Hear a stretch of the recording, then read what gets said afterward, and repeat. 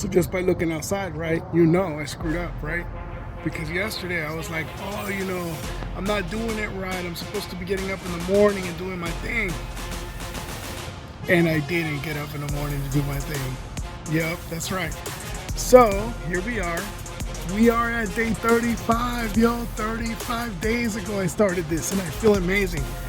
And the funny thing is now I'm trying to like make it interesting for myself and keep it interesting. So I'm gonna try really hard to get back to doing it in the mornings. I feel like it's better. But I gotta be honest with you. I don't like running at night. But it's been so hot that at night it's still hot like it is during the daytime, but I don't have the sun. And I think that's part of the reason why I still find myself like, oh my God, I'm just gonna run at night. Cause I come out, like to get ready to go running, and it's so hot, the sun, that I'm like, oh, I'll just run tonight. So maybe for the next 3 weeks, during the hottest part of the Arizona summer, maybe that's what I'm gonna do. I'm just gonna run at night, but we'll see. I'd rather run in the morning. It's just better. I feel better. I get it done. I don't have to talk myself into going later after I already, put in my time with work and the house and the kid and the this and the that and the other. So it just makes it a lot easier to get up, boom, and then just go fire it off and get done with your run. But nonetheless, we haven't skipped a day. It's day 35. Here we go. I'll see you in a few minutes. Yo. Wow. Day 35. 35 days ago, I embarked on this challenge. And frankly, as hard as it's been, it is one of the best things I've ever done for myself. I see myself changing. Obviously, I'm still tired. I'm pushing myself. Just yesterday I did a 3-mile run. I think it was yesterday or the day before. And,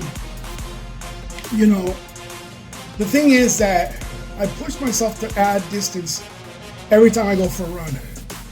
And it doesn't always work that way, On the days that I do my long run, the next day or two, maybe even 3, I have a hard time breaking that 2.5 mile barrier. But I have a month, right?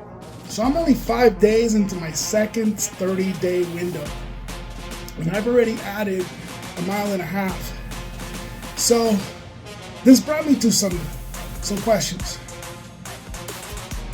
So right now it's taking me a certain amount of time to complete this distance.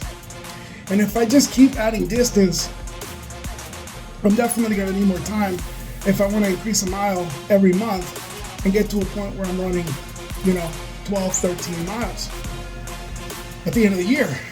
And I have a pretty busy schedule. So I was trying to figure out, how am I going to make this work? And I think what I need to do is, when I hit that 4-mile barrier, right?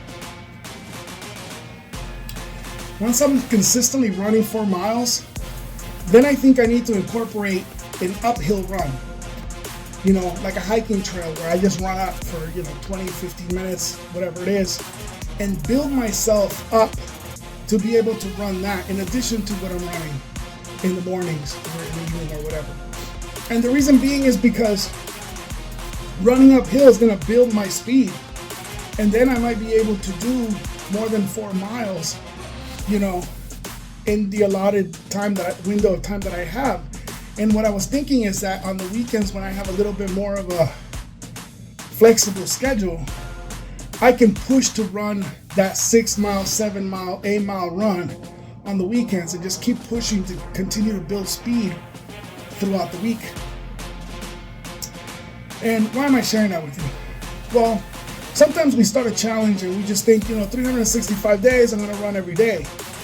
But 365 days I'm going to run every day was the basis of my challenge. The rest of my challenge was that I wanted to increase mileage every month. Every 30 days I want to increase a mile.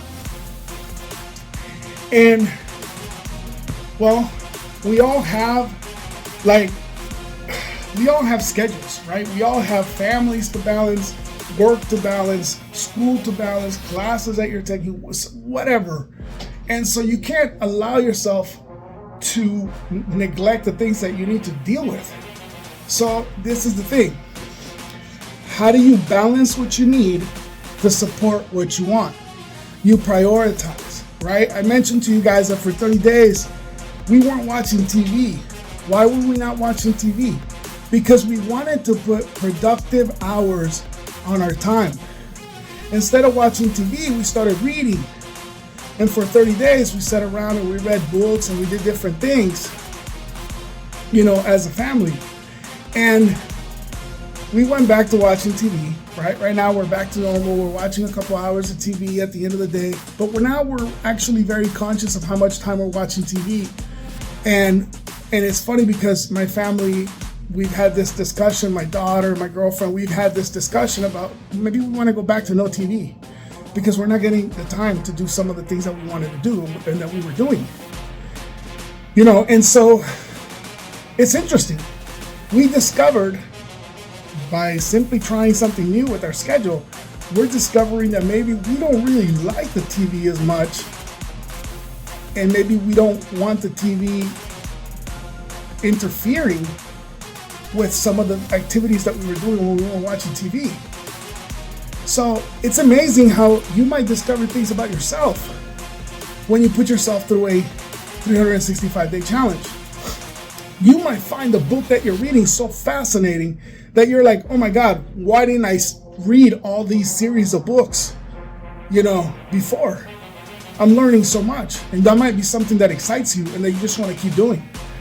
And sometimes self-exploration leads us to epiphanies about ourselves, right? And sometimes we're looking for the answers outside of ourselves. And we're not going to find the answer outside. We need to find it inside, right? So today I was actually listening to God again while I was running. One of the things that he talked about is how people complain how they don't have time and they don't have time and they don't have time. And he said, do this exercise. Take a pad of paper, and every time you start to do something in your day, whether it's checking your phone, looking at Facebook, clicking on that banner ad that showed up on your text, whatever it is, whatever activity, write it down, write the time that you started, write the time that you ended. And you're gonna find out how many hours of time you are wasting every single day doing these little things that, in retrospect, we don't think we spent a lot of time looking at the little video or whatever. But in reality, maybe each one of those videos where you're watching kids falling off their skateboard or where you're watching, funny stuff, or little animal videos or whatever it may be, when you start tallying that up, it's amazing how much time you find that you have been wasting. And, earlier in one of I don't remember the statistic off the top of my head, but I had just learned that there was a certain amount of hours, I think it was like 3 or 4 hours a day, people on average, it might have even been more than that. It was on one of my earlier videos.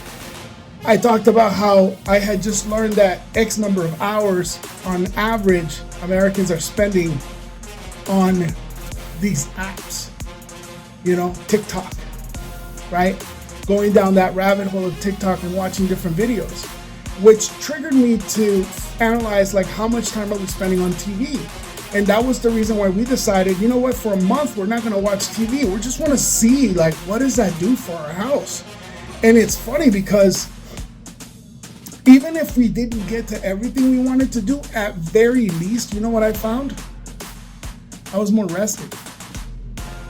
I was running, so my workout was still there every single day.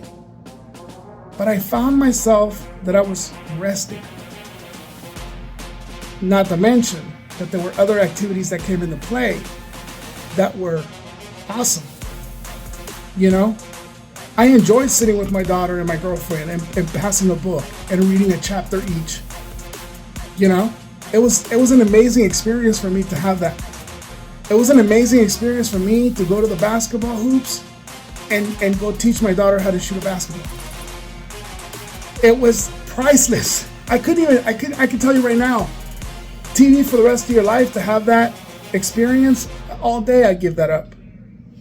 So it's funny how a lot of times we feel the constraint of time. But I've always said it. We all have 24 hours. Nobody has more or less time than you. It's what we choose to do with our time. And that's an argument that I had always made for people, like, oh my God, dude, I'm so busy. I don't have time. I don't have time to do that. I don't have time to take on that extra class. I don't have time. And you know what? At the end of the day, I realized that I do. I have all the time in the world. I just have to understand that the balance of time is figuring out what it is that is priority. Because there's plenty of things that not only are they not priority, but they're actually just a waste of time. So, something to think about. Something to just kind of like take a few minutes and wrap your head around it, and then think about the fact that that time that you're wasting on those little things, if you do this exercise where you write down everything that you do, I'm telling you right now, I've done that before.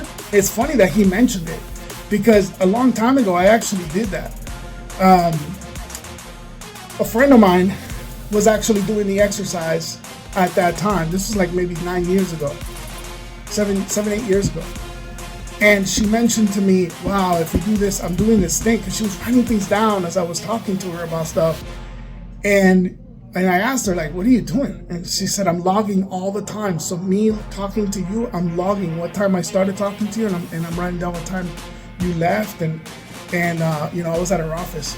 And it was mind-blowing to me. So I went home and I tried that for 24 hours. I wrote down everything that I was doing, and it was actually pretty powerful and enlightening at that time.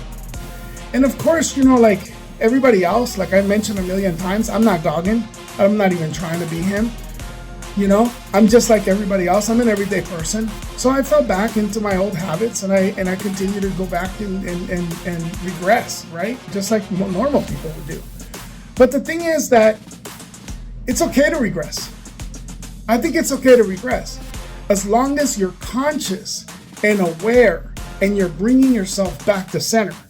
Like, it's okay to fall back into your old habit, as long as you go, whoa, hold on a second, I'm going down the rabbit hole, I don't want to go there.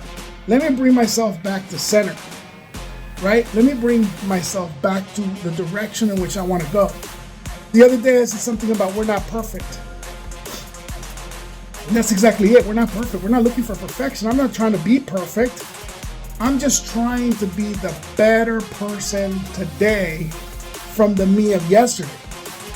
And that might mean that today I regressed and I had a bunch of cookies. And then I realized, oh, wait a minute. That bag of Oreos was not a good thing. Let me come right back to center. Let me go figure out how to keep myself from doing that again, right? So the challenge is exactly that. It's a challenge for you to challenge your mind, to bring yourself to center, to be self-explorative, to explore yourself. And pay attention to your behavior and how you're changing and how your mind is playing with you.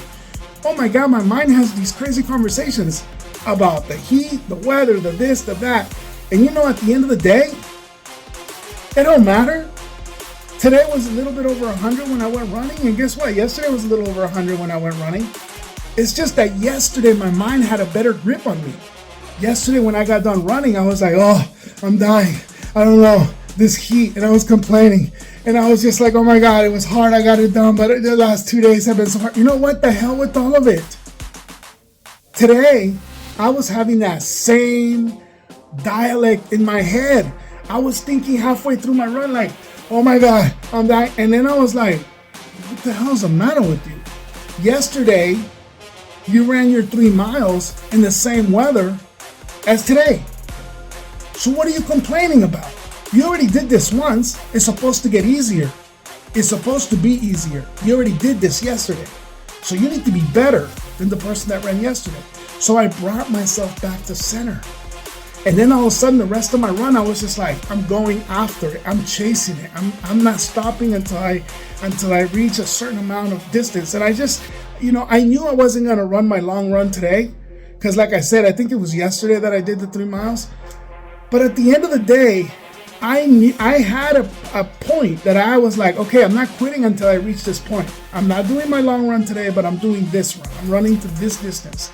And so about, I don't know, 30% into my run, I was falling apart. I started thinking about all this crazy dialect stuff, and I thought to myself, whoa, reel that fishing line in, man. What is going on?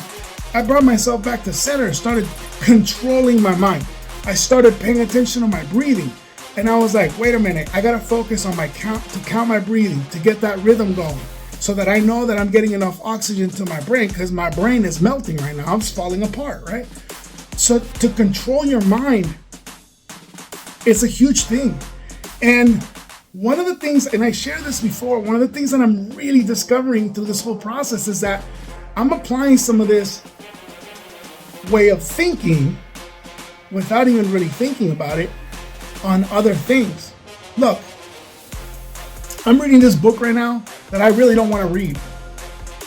The material is really hard to follow. It's complicated stuff. And for whatever reason, it is challenging for me to read this book. I read chapters in it, entire chapters, and I get to the end, and then I ask myself, like, okay, what did I get from this chapter? And then I'm like, yeah, so there was a lot more than one sentence. I'm gonna have to go back and read this again. And I go back and I read it again, right? And this is one of the first times I ever had this experience with the book. But my point in all this is that because I don't like this book, I find myself at times talking myself out of sitting down and reading it. You know, we have plenty of things that we could be doing. And so there's a part of me that's like, oh, well, I could be doing this and I could be doing that. Oh, you know, I really need to do this for work, or I really need to do this for my kid, and I really need to do this other thing. And then before you know it, the day goes by. For example, today, and I didn't pick up the book. And I'm a little frustrated with myself because I didn't pick up the book. So I guarantee you tomorrow, when I start having that dialect about this book, the minute I hear myself talking about, oh, you should wait and read it later, I'm going to make it a point to go, oh, whoa, later. I heard later. That means it's going to happen right now. And that's the thing. You got to have this attitude that when your mind tells you, oh, just do it tomorrow. Oh, no, you didn't. You didn't tell me tomorrow, because now I'm going to go do it now. And you take control of it. You check your mind. You put your mind in check. Who's controlling this? Is it you controlling it, or is it your mind controlling it? Is it mind, or is it spirit? I'm a believer that our bodies are vessels.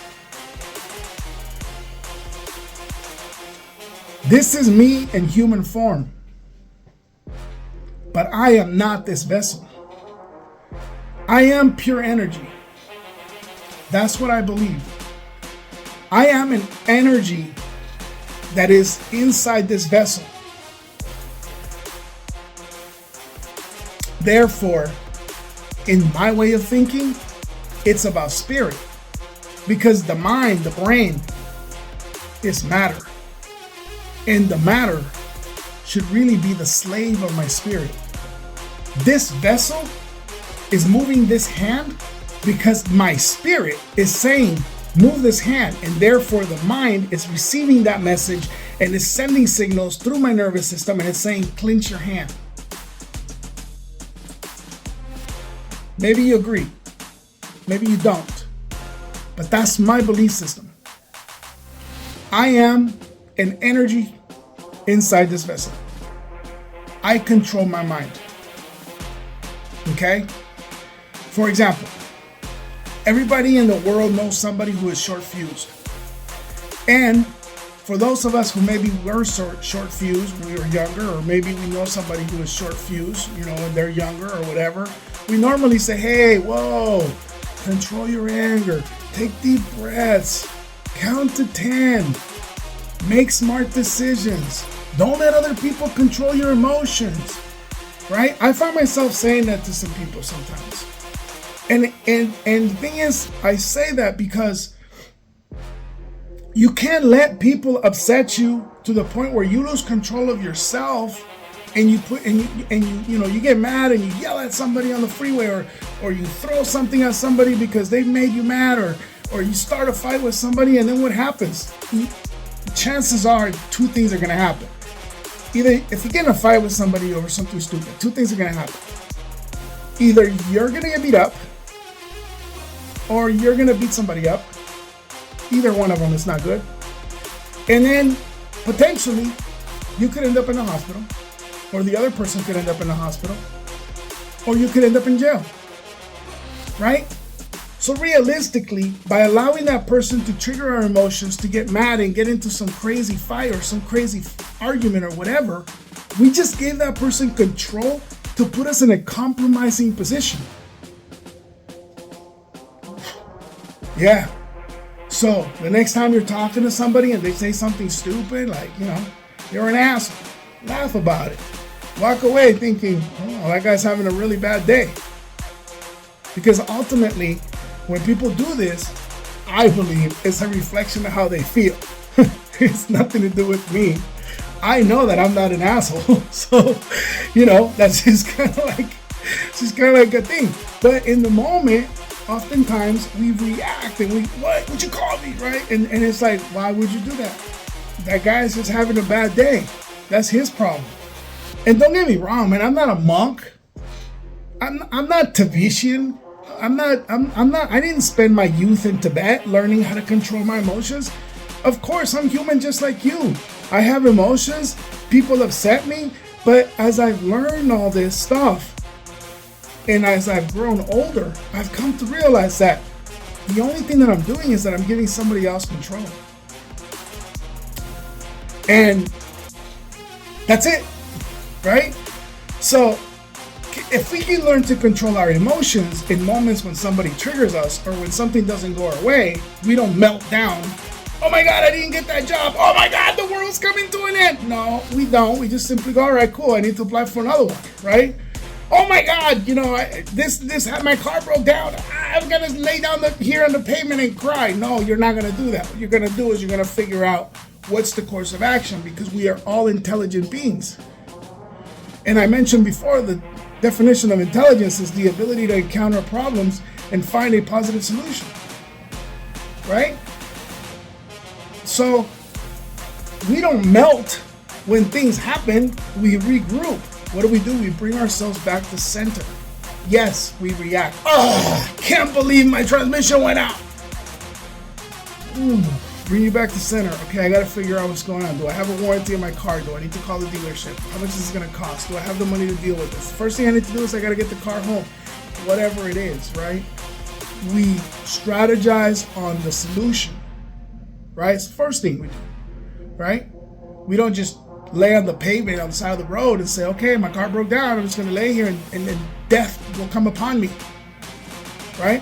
So if we can control our emotions when these things are happening in life, because let me tell you, if a car hasn't broken down on you, one day in your life you may experience this. If you haven't had a tire go low on you, one day you might have this. If you haven't had a moment where you got triggered, where some boyfriend or some girlfriend said something that pissed you off, I got some news for you. It's probably gonna happen sometime in your life. Hopefully not too many times, right? But at the end of the day, right, you have to control your mind in those situations. And when you're doing a challenge for 365 days, there's nothing more than that.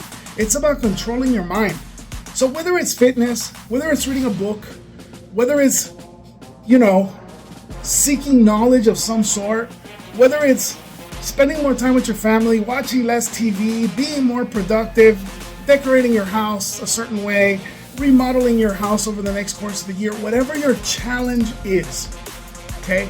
It's your challenge, right? I just want to know about it if you want to share it with me so that I know how you're doing. But ultimately, remember that it's your challenge, whatever you decide to do. And just know that your mind, it's a slave to you. This body is enslaved to do what I tell it to do. So if I tell this body it's gonna run, it's gonna run.